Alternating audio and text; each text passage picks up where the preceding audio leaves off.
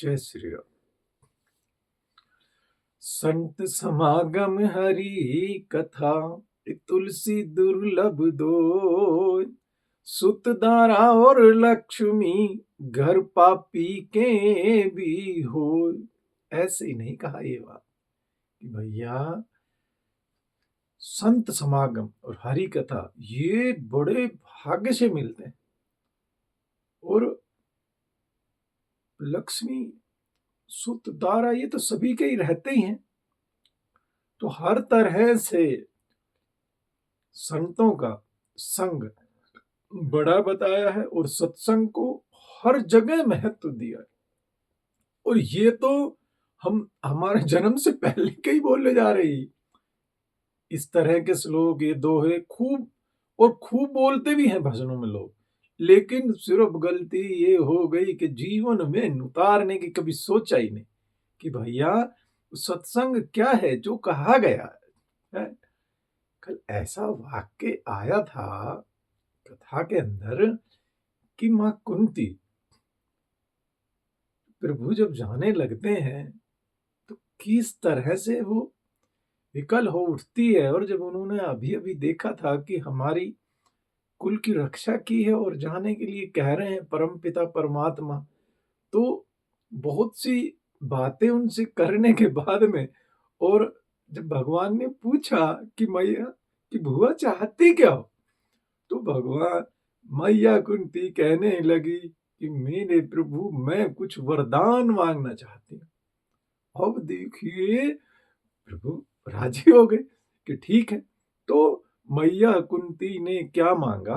मैया कुंती ने कहा कि प्रभु मुझे ऐसा वरदान दो कि मेरे जीवन में दुखों की झड़ी लगी रहे, कभी सुख के क्षण आए ही ना।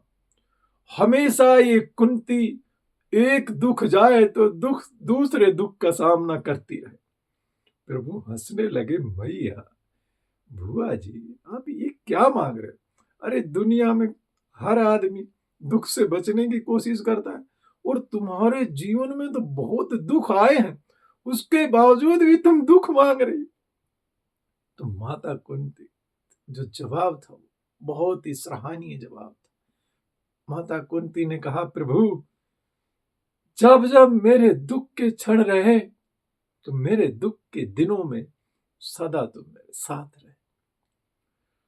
तुम जब भी मुझ पर कोई संकट की घड़ी आने वाली थी तो प्रभु तुम आगे खड़े हो, सदा मेरे साथ मेरे दुखों में खड़े रहे। और जब जब तुम आए तो फिर उच्च कोटि के संत आए। तो जो बात चली थी ना संत समागम की, तो वो संत समागम हमारे घर में होने लगा। जितने भी जब भी आप आते थे तो आपके दर्शनों के लिए बहुत उच्च कोटि के सिद्ध कोटि के महात्मा महापुरुष आया करते थे। तो प्रभु आपके साथ साथ हमें उनका भी दर्शन मिलता था। अब सबके हम दर्शन करते थे। और अब जब आप जा रहे हैं तो मैं कैसे कह दूं, सुख आज ही मेरे बेटा जैसे ही आपने चक्रवर्ती सम्राट घोषित किया और सुख के ये दिन आए कि आप हमें छोड़कर जाने लगे। इसलिए मैं चाहती हूं कि मेरे जीवन में कभी भी दुख खत्म ना हो। उसका मेन कारण ये है कि दुख में आप हमेशा साथ रहे। तो दुख में आप साथ रहते हैं तो प्रभु मुझे फिर दुख ही दीजिए। तो देखिए किस तरह से माता कुंती ने भगवान को सोच। अब भगवान के पास तो दुख है ही नहीं भाई। हम क्या कर रहे हैं, परमात्मा से आप अगर दुख मांगो तो दुख दे नहीं सकते क्योंकि दुख उनके पास है ही नहीं। अरे वो तो सदा सुख स्वरूप है, सहज सुख राशि बोलते हैं ना, तो वो तो सुख की राशि है। अब सुख की राशि के पास आप दुख मांगो तो दुख देंगे कहां? तो वो दुख नहीं दे सके, इसलिए फिर कहते हैं कि ठीक है बुआ आज हम नहीं जाते। और प्रभु ने अपने आप को ही दे दिया और उनके महल में ले गए और बुआ जी को तरह तरह से बातें कर करके फिर उनको खुश किया। तो प्रभु से जब आप ऐसी चीज मांगते हैं कि उनको भी सोचने पर मजबूर हो जाए, क्योंकि दुख परमात्मा के पास है ही नहीं भैया, तो दुख देंगे कहां से? दुख संसार में है, संसार में सुख नहीं। संसार में सुख कैसा है? जैसे दर्पण में मुख। जब तक आप दर्पण के सामने खड़े हो तब तक तो आपका मुंह दिखाई दे रहा है, और जैसे दर्पण से हटे तो मुख गायब हो जाता। तो संसार में सुख ऐसे हैं। सुख कहाँ है? प्रभु के पाद पद्मों में, प्रभु के चरणों में। इसलिए तो ये जो महात्मा लोग होते हैं वो प्रभु की भक्ति करते रहते हैं, बड़े मस्त रहते हैं। देखो किसी के पास भी कुछ नहीं होता, महात्माओं के पास में बड़ी मुश्किल से कोई थोड़ा बहुत अगर कोई संग्रह करता हो, उसके पास कुछ थोड़ा बहुत मिल जाए तो मिल जाए, नहीं ज्यादातर फकीर फक्कड़ ही होते हैं। तो वो ये ऐसे ही थोड़ी गाते हैं कि जो सुख पायो राम भजन में, सो सुख नाई अमीरी में, मन लागो मेरो यार फकीरी में।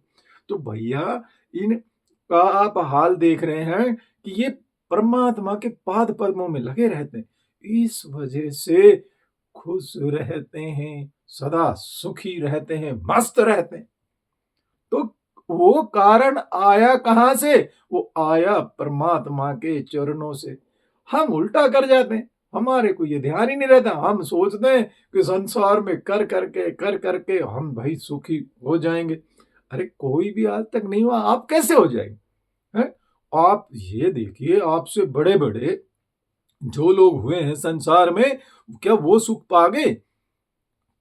पैसे में सुख होता तो मिल जाता भैया। या संसार में, पूरे संसार के जितने भी नाते रिश्ते या जो भी आप देखते हैं उनमें यदि सुख होता तो मिलता है। आपसे बड़े बड़े पैसों में, आपसे बड़े बड़े ताकत में, न जाने कितने इस माटी ने खा लिए, और वो भी लास्ट में यही कह करके चले गए कि भैया यहाँ कुछ नहीं है, हैं?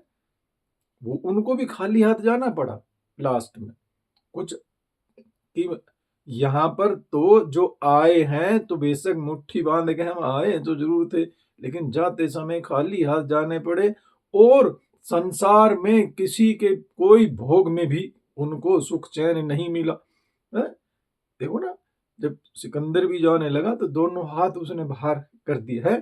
सिकंदर जब चला भूसे सभी हाली बहाली थे, पड़ी थी पास में दौलत मगर दो हाथ खाली थे।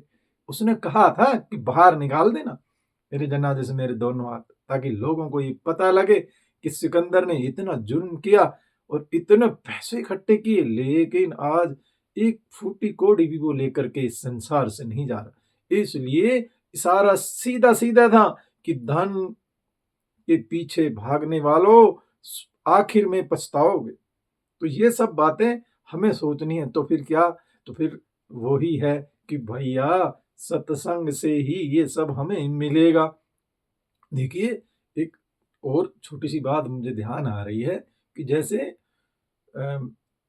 दुर्वासा जी को जब बुलाना था महाभारत कालीन उसमें, कि भैया दुर्वासा ऋषि जी को कौन निमंत्रण देने जाए, जब उन्होंने अश्वमेध यज्ञ किया था ना पांडवों ने, तो सब लोग सोच रहे थे। तो बताते हैं कि माता द्रौपदी ने कहा कि हम जाएंगे, हम लेकर आएंगे उनको, क्योंकि उनको ये डर था कि पता नहीं वो क्या कह दे।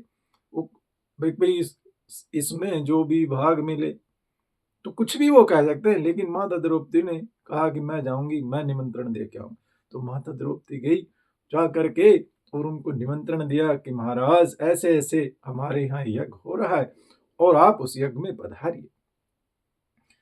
तो अब ऋषियों की बात, महाराज ने कहा कि हम आ तो जाएंगे, लेकिन हमारी एक शर्त है। अब इन शर्तों से ही तो सब डरते थे कि भैया पता नहीं क्या बोल दे। तो उन्होंने शर्त रखी कि जो भी अश्वमेध यज्ञ का फल होगा वो आपको हमें देना होगा। आप मुझे ये फल देंगी तो हम आने के लिए तैयार हैं।